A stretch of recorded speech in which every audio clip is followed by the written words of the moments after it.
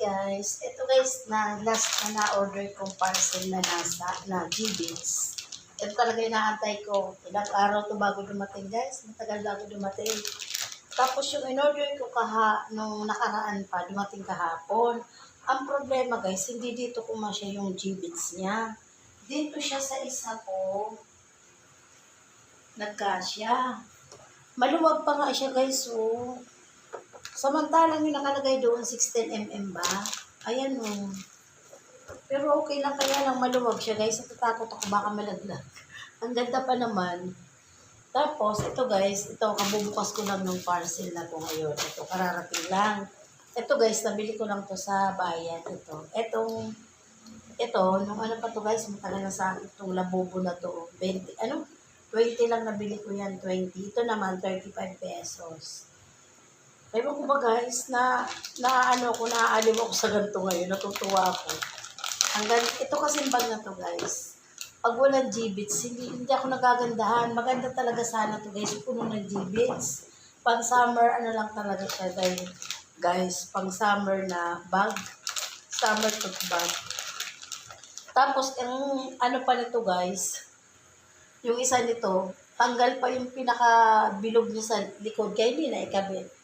Bibili pa ako ngayon ng tawag dito ng pandikit.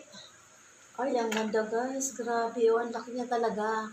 Parang talaga siya sa bag, oh. Ayan, oh, ang laki. Ayan, lagay natin guys. Ang ganda ng sunflower niya guys, oh. Grabe. Kaya lang parang mahirap siya ikabit guys kasi malaki talaga ang ano niya. Pero mas maganda yung ganito. Ayan, ang ganda guys.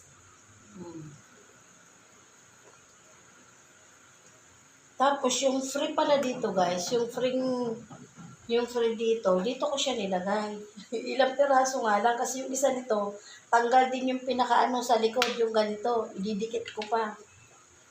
Buti ka man, nagkasya dito guys, kasi malaki yung dito niya yung kulay black.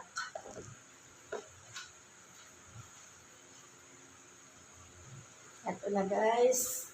Pero kulang pa talaga siya ng G-Bits. So, pero okay na siya. Maganda na. Ay, ang ganda.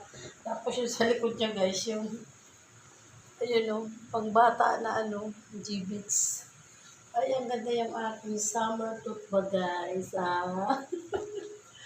Ayan. Ito guys, ginagamit ko to araw-araw. Kasi pag-aakyat ako sa taas, andito yung cellphone, yung tumbler. Kaya ito guys, araw-araw gamit ko to. Umaga ay sa pag-akyat ko sa taas at pagbaba. Ito ang laman nito, cellphone, tumbler. Yan ang ko nito guys. Araw-araw gamit ko to. Dito lang sa loob ng bahay. Ayan. Ayan, ang ganda po guys. Thank you. God bless po. Thank you sa TikTok.